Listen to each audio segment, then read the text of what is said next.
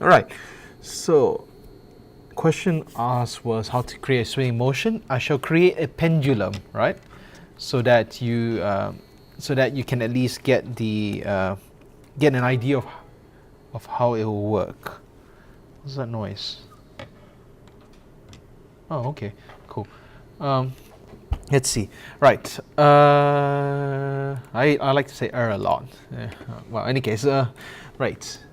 Okay. Let's create the pendulum. There. That's one part of it. And next part is that we want. Oh, I would like to create a cloth for this, to be honest. It doesn't matter. All right. We will animate it such.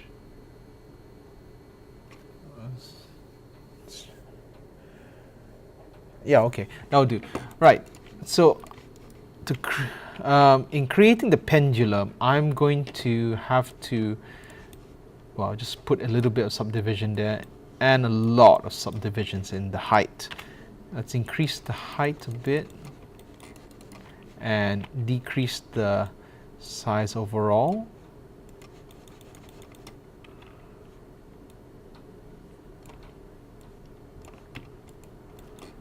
All right. Let's see, how would this...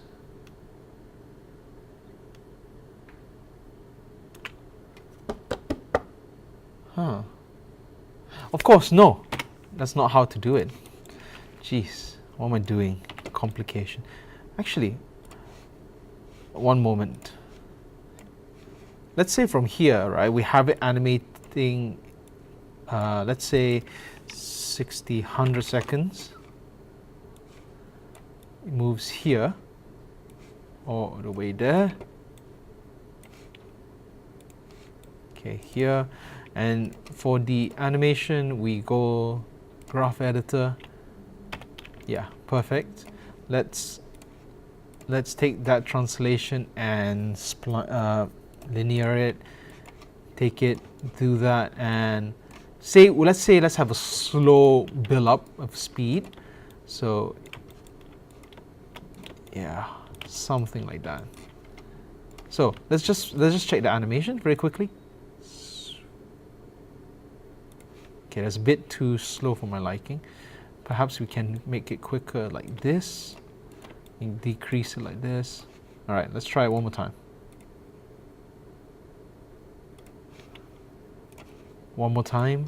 It's quite slow. Ooh. You see, this thing is because of these two clashing with each other. So you just can make the necessary adjustments. Yeah, that's okay. All right.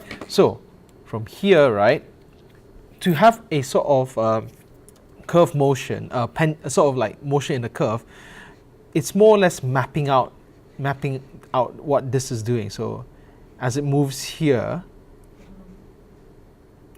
this ball having inertia of staying here will sort of what you call it would hold on. I just realized I had to key this in. 1, 2, 3, 4. Key. When it moves here, it will rotate this way. Wait, it won't rotate that much. So, okay, so it's there. Perhaps this can be here. And as it goes faster, the thing drags more. The thing drags more here, so we can pull it up there. And it slows down. As it slows down here, this catches up.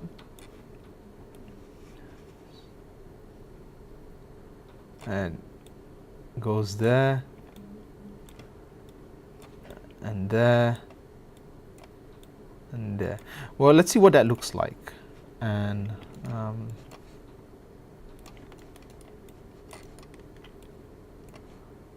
we would smooth that. Let's just see what the animation looks like.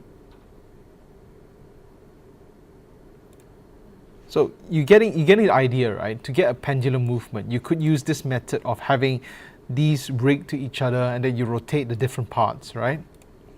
I mean, I could go on smoothing this out properly to get the proper feel of a pendulum, but that's not what you want. Any case, that's just one method. The other method, let me show you using Norman actually. Let me show you using Norman. Open scene. Don't save. Okay. All right. With Norman, we get this figure.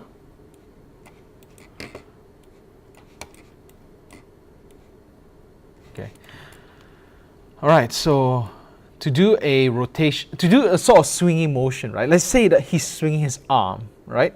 I mean, obviously it'd be easy if we use the rotation, like in this case. So we could just rotate here and then have it rotate there.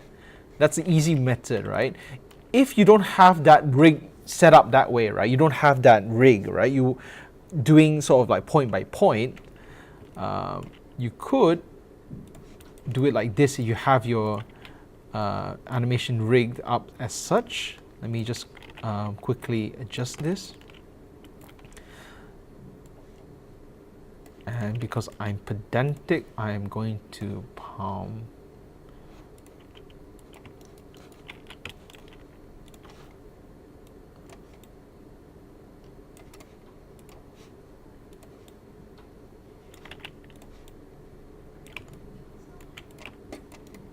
Okay, so here we can have the arm move up here.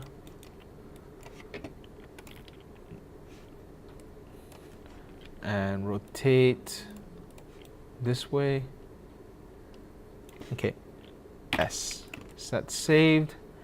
There was one other thing I should really have taken note. Where is the thing? Hold on. Oh, right, of course, there it is. This thing controls the arm here. So again, let's that. Okay, so from here, let's say it takes about, let's move this to say 60 seconds. Right, let's say it takes about 10 to move down here, swing there, and another probably 20 to move up here. So this arm goes up like that. Now, to help us see the motion, because right now it's like right? To help us see the motion created, what we do, we select the object that we're trying to animate. In our case, we're trying to animate the hand, which is being controlled by this rig. We can go to animation, and this is what most people use to like help them see the motion, right? You go to create, what is it? No, that's not it. Create editable motion trail. All right. I mean, if you go click the options, you could go time slider or start and end. If you start and end, you could say it starts at 0, ends at 30, and that curve will only be created for that frame. Or you can have time slider, which means the entire frame. Increments one frame, pre-frames, post-frames, don't need. Always draw basically, so that it will keep drawing whenever you make a move. It will keep drawing. Trail thickness, key size. Yeah, sure. Right. So we got this. It looks like nothing what I expected. Again, it's because if you remember what we have our animation set up to be, right? It's all blocky. Now let's try to smooth it out and move in the middle. Let's make that. Let's make this that. Let's edit that so it come nice. All right. Let's see what happens. Oh, look at that. We get a nice curve now. Sort of thing. Oh, that's very bad. So if I were to edit this a bit, I would perhaps say in the beginning there will be a little bit of drag, so not so much, I think. So let's just push his arm out a little bit this way. And as he comes, as the arm ends the thing, it slows down a lot. So definitely we want more of this. And this one we have to edit to show that. And same for the translate X. We have to change that so that it matches. Yeah, that's better. Right, let's see how that goes. It's a little bit better, sort of thing. You know, you got that thing. And of course, what helps sell the animation is like, you also get the rotations. Here you get your rotations coming out this way. And then here, your rotation's still catching up. So it's like, if we go ahead and, was it rotate Y? No, it's rotate X. No, it's rotate Z. Yeah. So we get this feel. What's this? Yeah. Okay. So that goes there, that goes there. And this goes, we'll push this way. Okay, let's see what this looks like. So you get sort of sense of motion, right? And what basically the point I'm trying to get is, if you're going to animate using just the translate, right, use the editable curves, the create editable motion trails to help you in creating this. Like here, perhaps I want my thing to be a bit more, say, let's also change the things to have whirl. So I want it a bit more down and maybe a bit back a little. And here you see a pop, so I would perhaps reduce the pop slightly by adding this in and going here and fixing this by I believe this one, yeah. So here, okay, there,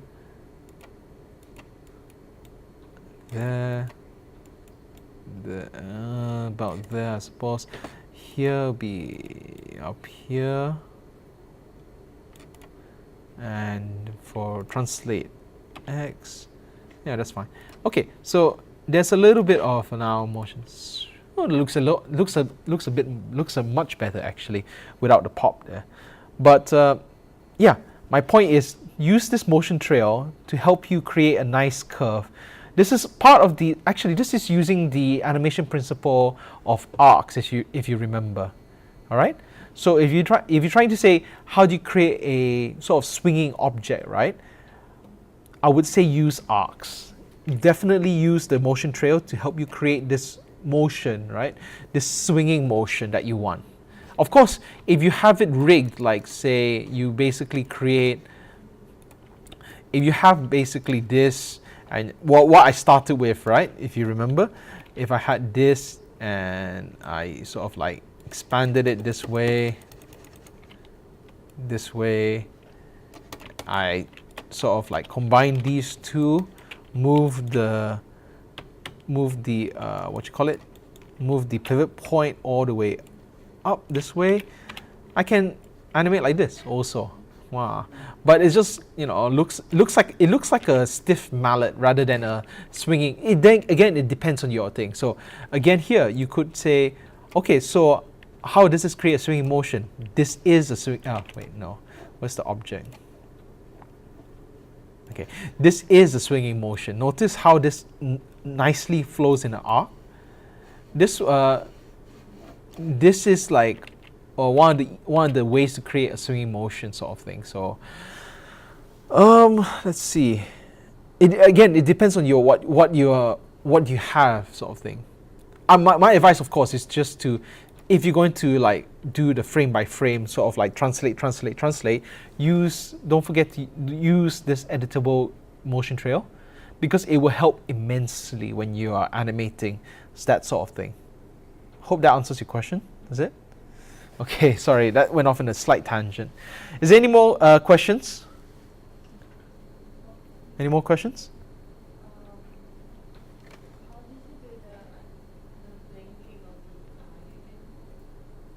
Ah, right.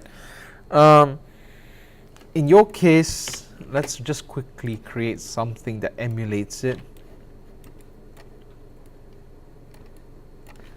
All right, so let's fill this in, And let's say that if we extrude this all the way to the other side,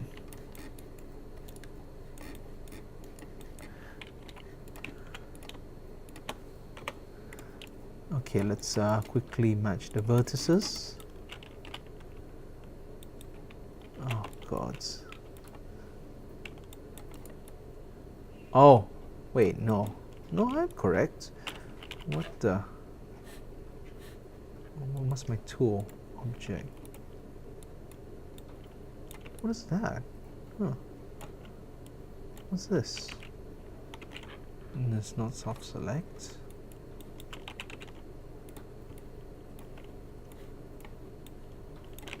Oh, that's interesting. What button did I press now? Ah, I think that's weird actually. It's very weird. Why is it? Okay, let me start over. This is polygons.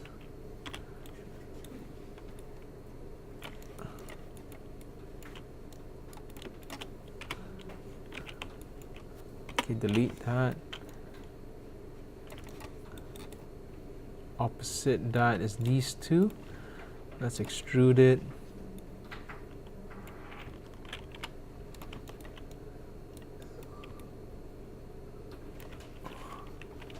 Huh.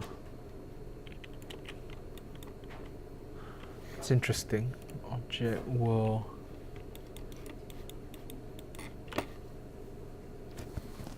Okay, that's weird.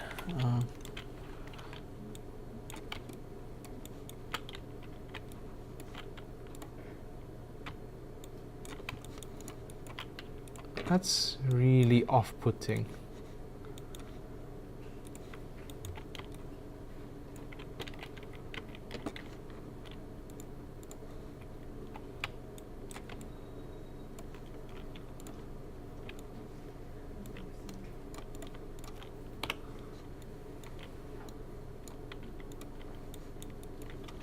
Okay, it's almost done.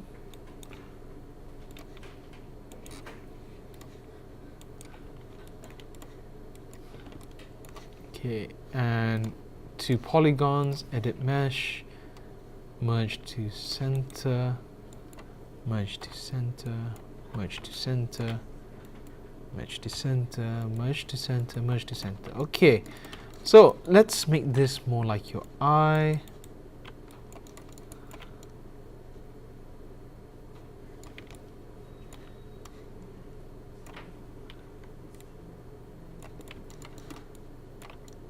Okay, say this is your eye, right?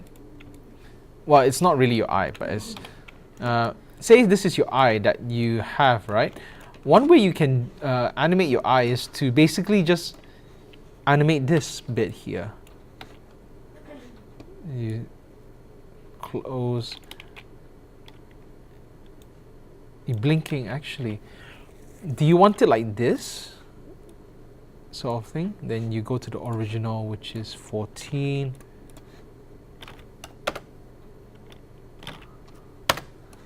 So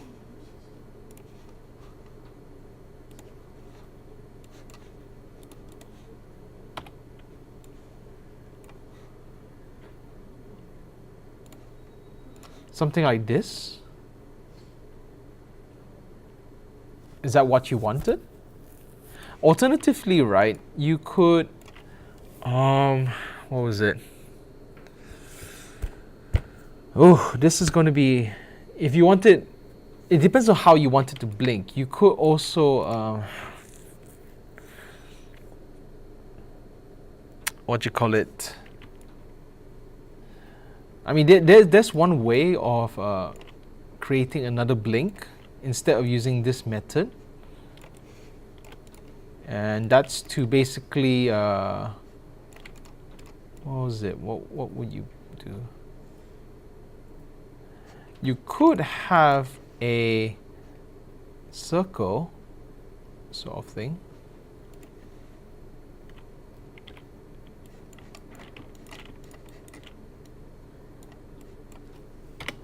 That has the same rate scale.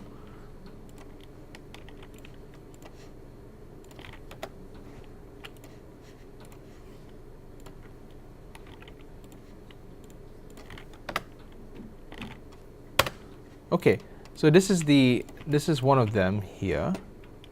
Let's fix this to the top here, and you could say down here. What you could do with this, you could have it blink up like this. You could have it blink like this. Wait, let's start there. Actually, let's start at here. Yeah.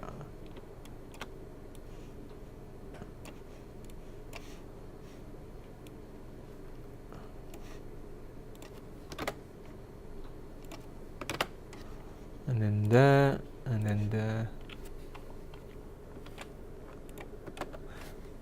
So you could,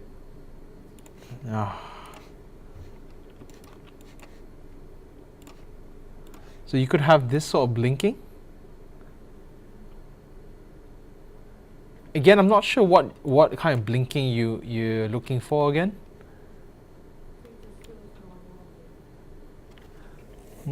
Like the art, something like. I think the one like just now you showing. That was all right. Yeah. Okay. All right. Is that fine enough for you? Okay. Is there any more questions then?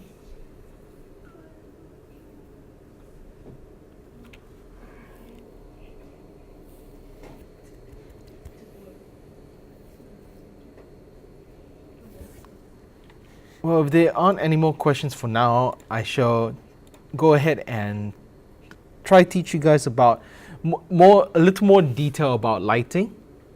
So for this here, we have, let's see, we have a couple of spheres, blend all of them, and these areas here are Lambert white. And right now, if you render the scene, let's have it in mental ray, because we render in mental ray. And yeah, okay. So let's render the scene. This is what it will look like. Okay, let's save this. Okay, and let's duplicate the perspective and say cam and lock this. Okay, so right, so for this part, okay, right, so cam, okay. So this render that we did, I didn't put any lights in the scene. If you like to check, there are no lights in the scene. What's lighting this scene is actually, if you remember, the default light. So if you were to take that out and to re-render the scene, this is what you get. Nothing. Makes sense, right? Since there's no light, not even a default light, that's nothing Maya can do. So for now, let's add in a light. Let's see. Perspective. Okay, let's create a nice area light. All right. We'll have it rotated downwards this way and facing like this, and we'll also play around with the settings a bit. One's fine, illuminates, shadows, mental ray, use light shape, suppose. Actually no, let's just leave it as such. We'll see what happens. All right, again we'll go back to cam, and now let's render this. Take a bit of while.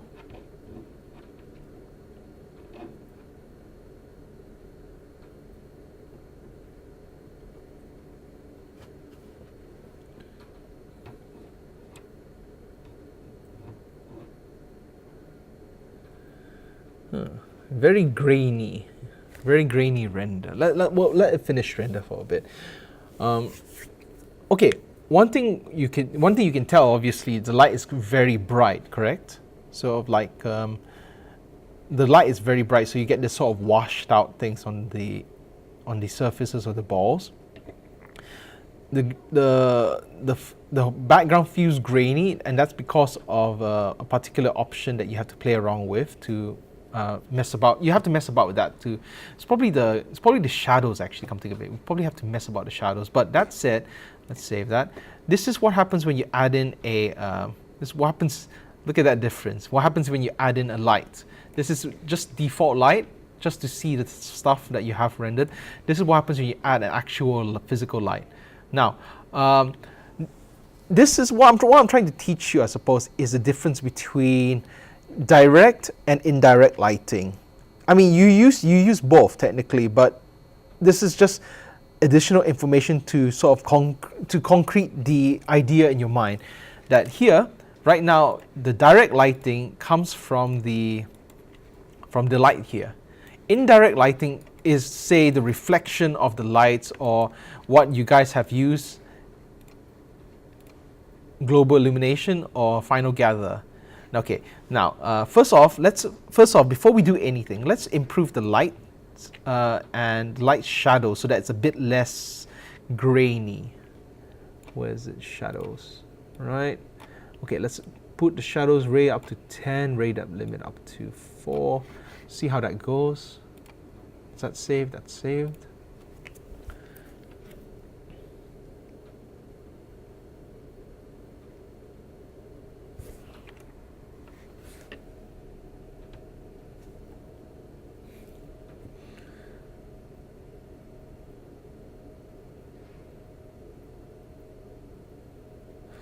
Okay.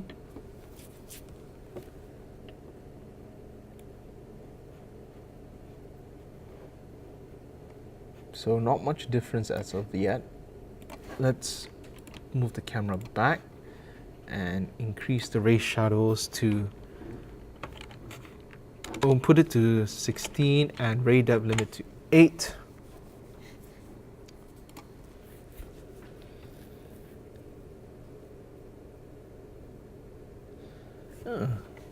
It's looking a little less grainy in some areas, looking more grainy in some others. Then again, don't worry about that so much for now. This is a result most likely from the reflection, come think of it. The shadows is okay. Let's compare it. Yeah, you do see it's becoming a bit less grainy the more shadow rays we add. We can always just bump it up to 64, say this 16, and hold on, let's just save this and render once more. Look at that, much better. The moment you increase the shadow rays, it becomes nice and not as grainy as previously put. One moment, let me check.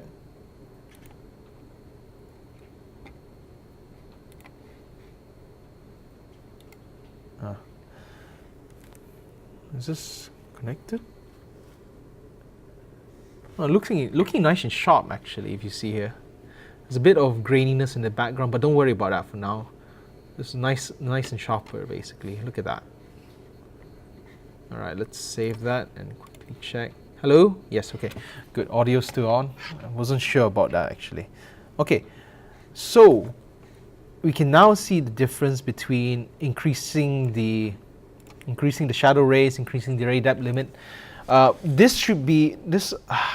There's a rule, well, not really a rule, more like a guide to how much you should, like, if say shadow rays is so, your ray depth limit is that.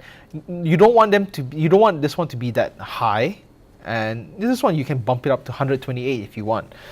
But in any case, so that's direct lighting. This is a cause of direct lighting. You get a bit of indirect lighting from slight of the reflections.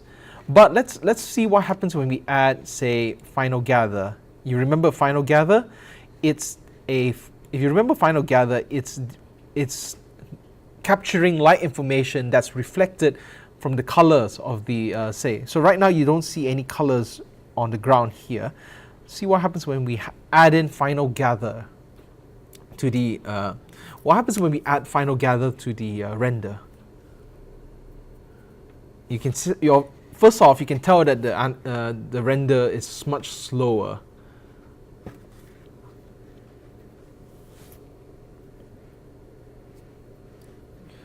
All right.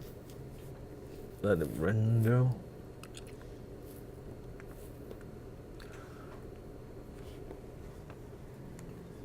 Let's let it comb.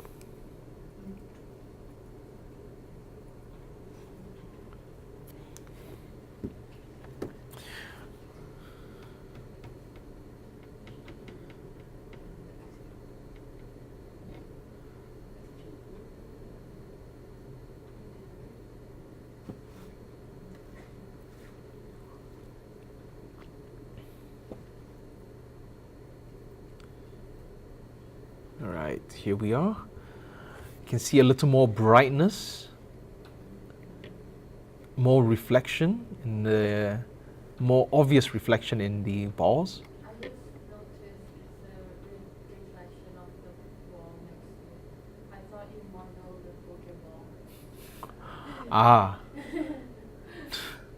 Pokeball. I could model Pokeball. It would just take a little while because actually there's some detail to it that if you recall. I just noticed Okay, no worries. the reflection. It's much more obvious with Final Gather. You can see more, the reflection is more obvious sort of thing. Let's see what else. You get, the ball does look a bit nicer definitely on that regards. I guess the balls are not close enough to the pillars that they will affect the lighting there. Let's see what else. Well, that's really nice and shiny. So like, let's save that. Like compared to that, see, just adding the Final Gather, it adds in information of reflected light basically. Whether or not there's colors, that's another thing. But there's reflection from the balls. Okay, now let's just very quickly maybe lower this to 0.6 or no, 0.5 because it's a little bit bright. We'll let this render, but for now, notice the difference between no Final Gather and having Final Gather switched on. Having that Final Gather adds in more light information, and that light information is what we call indirect lighting. The direct lighting comes directly from the source, and you have that keep. Okay, so that this computer is chugging apparently. Not surprised. It is a bit of a heavy thing, so we have a little less of a bright light source, so the scene feels a bit darker. But again, if we compare, if I had actually, you know what, I'll render again without Final Gather. You can compare the two with with and without Final Gather for a lower intensity sort of like light source. But this is what it looks like now. It looks really nice, sort of thing. It looks like it has a nice reflected, a nice sort of like reflection scene going for it. We'll just let this finish render in about 7 years. Sorry? Okay. Oh, I just realized the lights are on here. Do you want me to switch it off so that you can see the thing better? Huh? Should I? Yeah, you know what? I should switch it off because it's a bit washed out with the light. See, we just switched off default lights now. Default lights are switched off. I'm looking a little better, perhaps. All right. This is lower light intensity. When will it finish? Let's finish. Okay, let's save that. Compared to the previous one, look at that. This is nicer, more subtle. Now, let's see what happens if we take away Final Gather for this scene. We'll just let it render.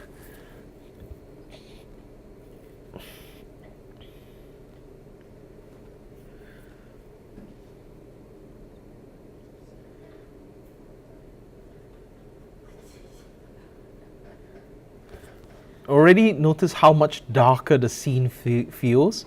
It also feels a little more, a little less. I mean, it just feels a little less real, I suppose. I don't like to use that word for this, because I don't know. It's like, okay, we can compare the two once this finished rendering. It won't take too long since I took out final gather. So let's compare that. Yeah, let me save this. Okay, right.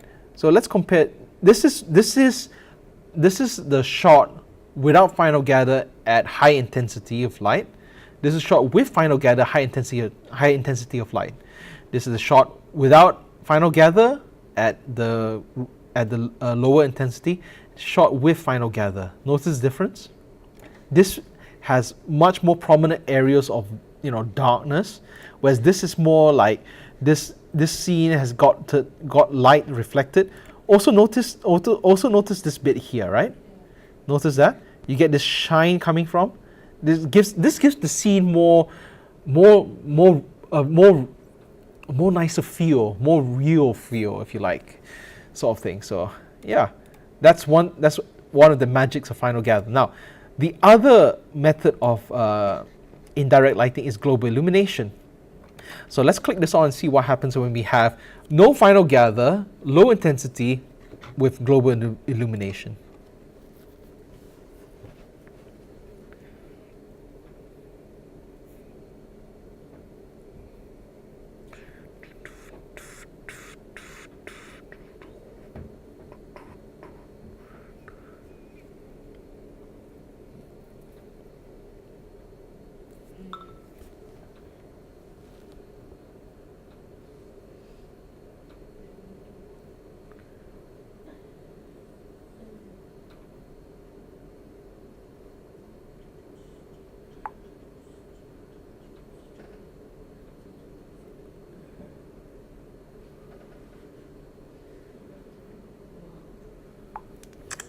All right, so let's compare the two.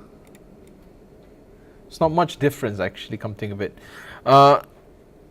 This is why in some cases you don't switch on global illumination. So mainly as a result, how do I put it?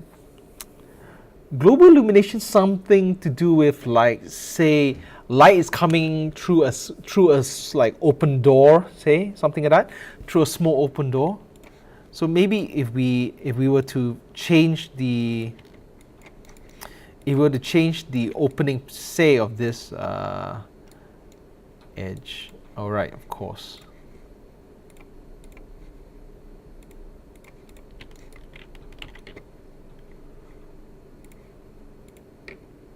All right. Okay.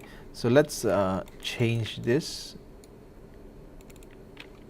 Maybe make it narrower. And let's go back to our render cam. Let's go here, take off global illumination, and let's quickly, did I save this already? Yeah, I did save it. Yeah, this is with global illumination, not much of a difference. Right, now let's render without global illumination. This is what the scene will look like now. Because I narrowed the slit of the where the light will come through. So not much will appear, as you can see here.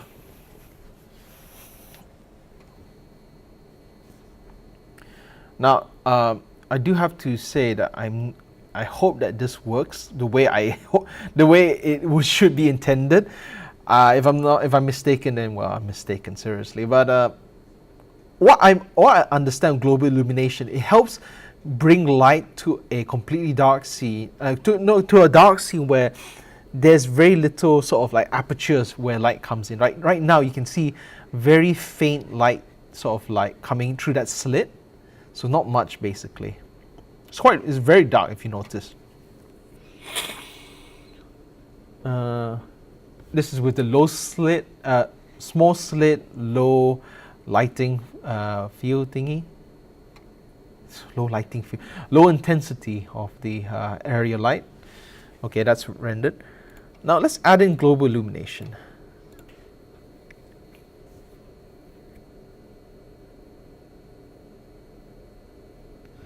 See if there's any difference.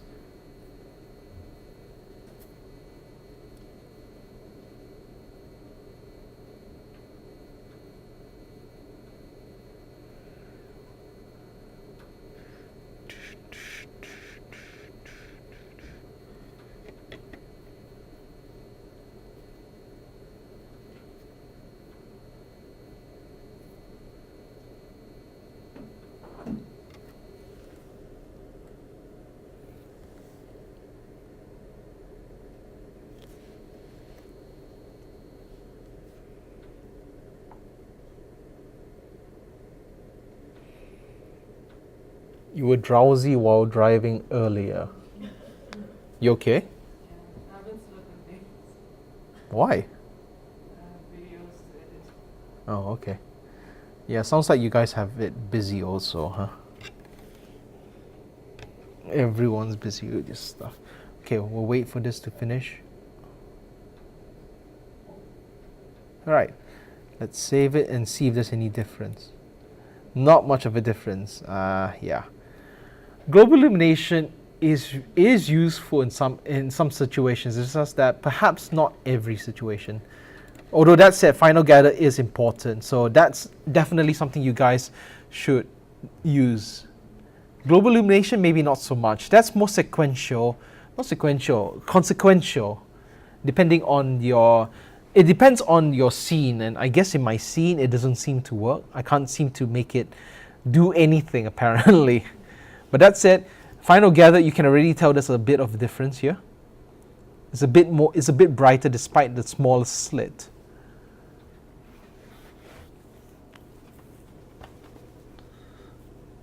We'll just wait for it to finish.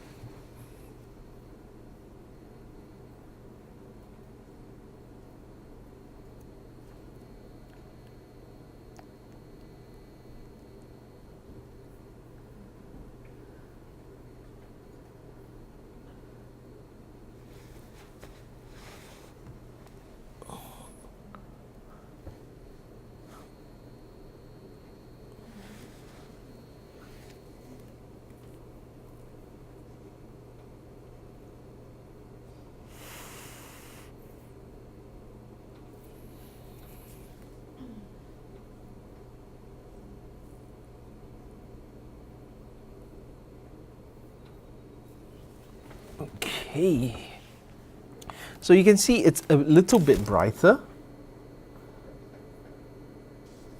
Let's wait.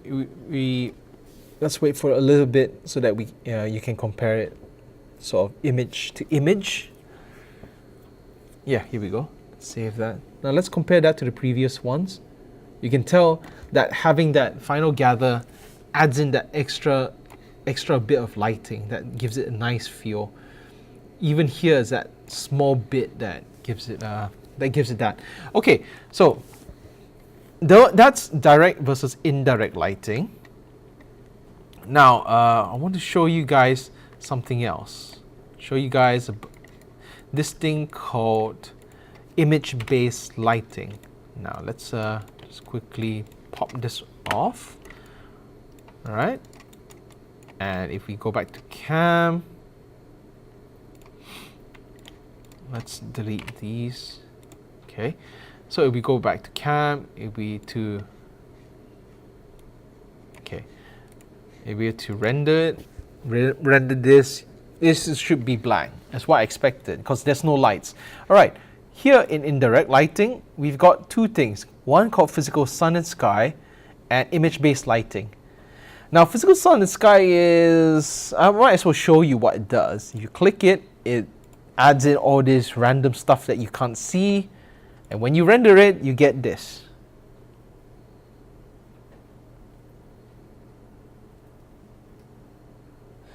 You get a a scene, sort of like you get a nice sort of like beach-like scene, and then you can go one step further. Oh no, final gather is? Oh yeah, no, it's because you add in physical sun and sky. It automatically puts that in, I suppose.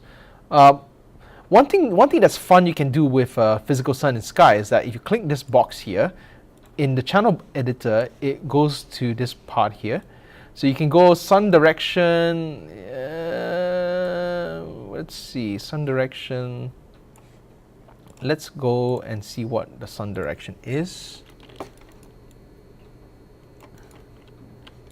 Where is the sun? I can't see the sun.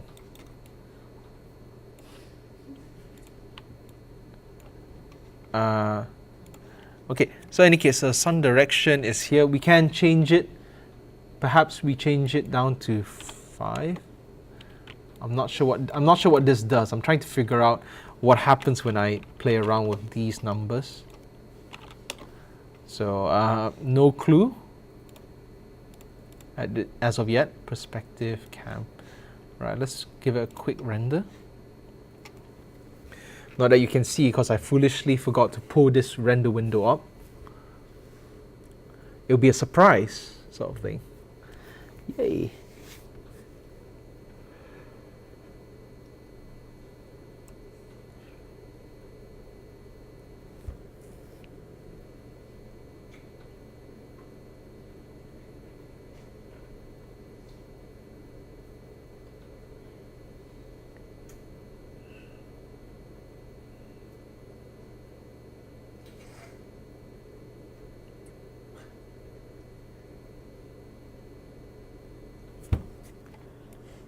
There we go. Oh, okay. Okay, not so much of a difference, to be honest. I guess the other way is that if I were to do this, and give it a render.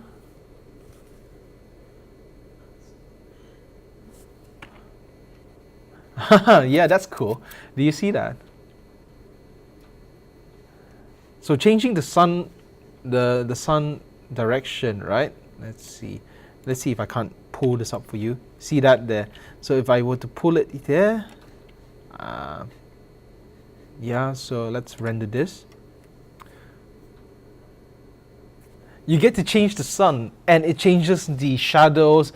It even makes it like as if it's making it like a sunset. If you notice here, it's a very nice effect actually. Physical sun and sky. Sort of like if I were to save this, and maybe I'll do one more render of it there.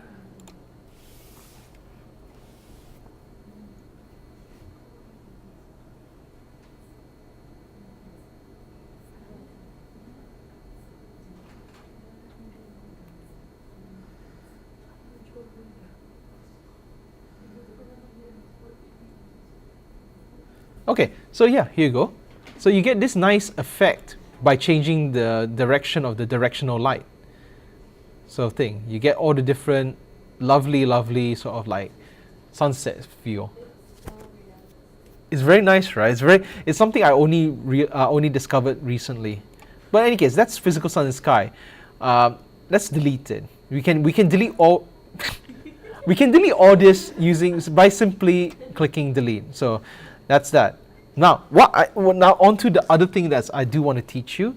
It's called image-based lighting. Now, if I click this, you get this sort of like yellow thing that's created in the background. You can go click image name, and let's see, what's this? No, desktop.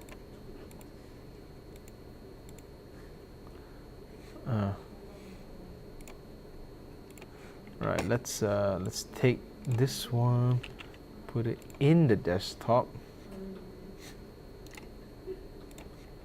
Right, let's take this. So basically what I did is added in a HDRI, and when you select this, this yellow sphere, right, you have the option of turning it. All right, so let's see, let's go back to perspective. Here, if I were to look at this and say, let's rotate it, that's the sun. So that's the sun there. Actually, let's make the sun go behind. All right. There, okay, the sun is behind us. Yeah, the sun is right up there behind us, and we get to see this view. So let's see what happens when we render this.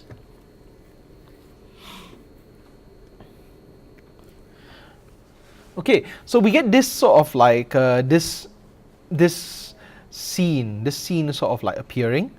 It It even reflects on the wall. it does, it does. That's amazing actually. That's really good about the image-based lighting.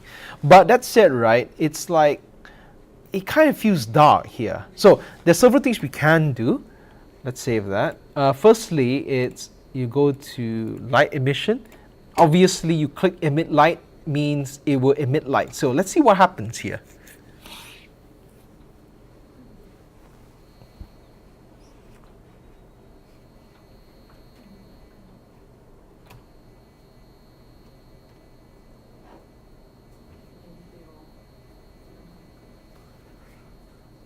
Oh, it's taking a while to render. Taking a while to render.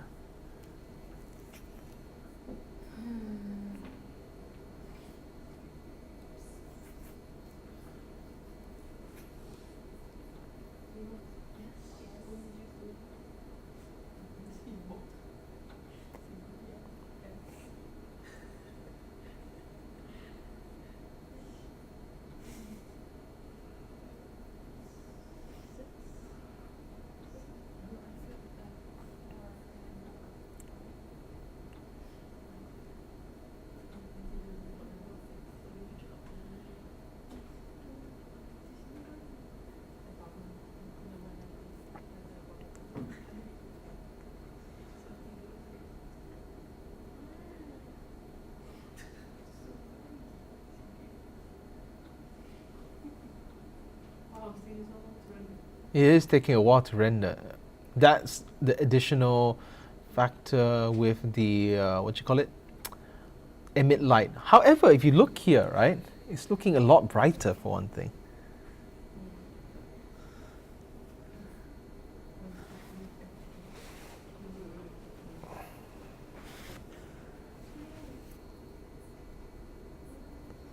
Let's see.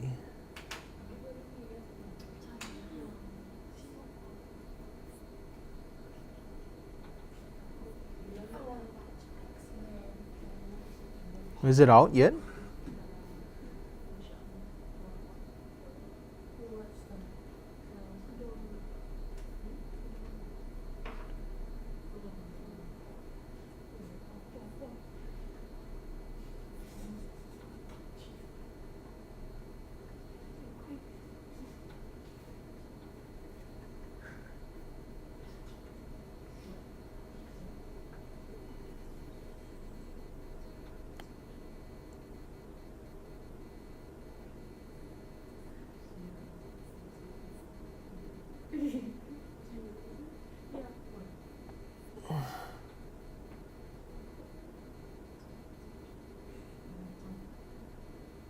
It is taking quite a while to render, huh? It looks like a painting right now. Very avant-garde painting.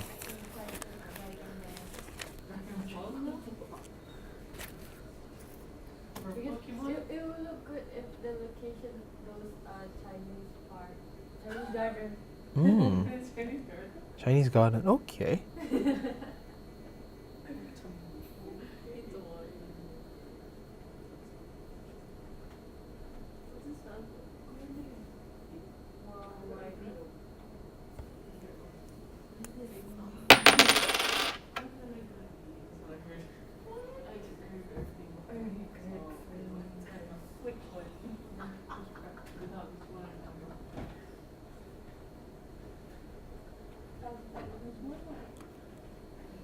Oh man, it's taking a while. I'm sure there's a way to fix this.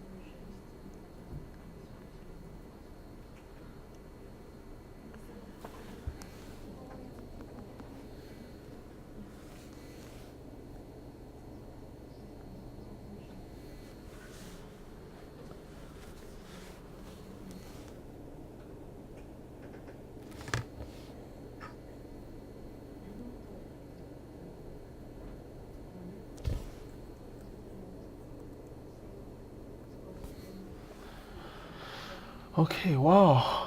Yep, it should be finishing soon. There you go. Right. Finally. I mean, you compare the two now. You get this sort of you get the image emitting light itself. As you can see, we got shadows coming from the direction, if you notice, of the sun. You know, the sun is up there, behind is casting the light that way. If you can see in the shadows, it's quite nice, quite realistic in that regards. What else? Perhaps you could sort of like maybe adjust this. Maybe you say 20 and 20. See what happens. We did save it, right? Yeah. I want to see if like maybe you can adjust the thing so it doesn't take so effing long to do.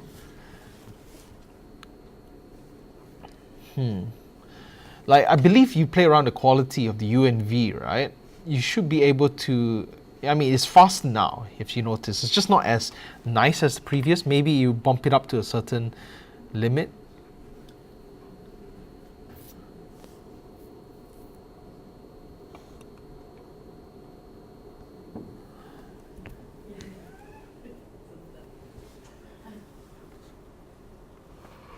Oh shit. Mental race so long. How long did the previous one take actually to render?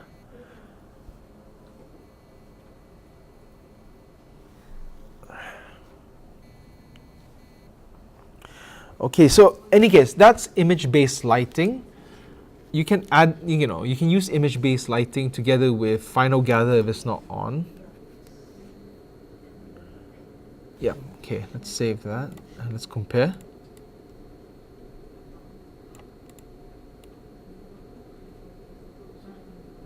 So you got a bit of light and stuff happening. Final gather is switched on. So yeah, that's image-based lighting and physical sun and sky. That's also the difference between direct and indirect lighting sort of thing. So, I mean, with this you get a nice sort of soft shadows and stuff, not too harsh compared to this. Perhaps if we boost this to 100, we might get something like that. But that said, what else can we do? You don't really want to touch photons, render stats.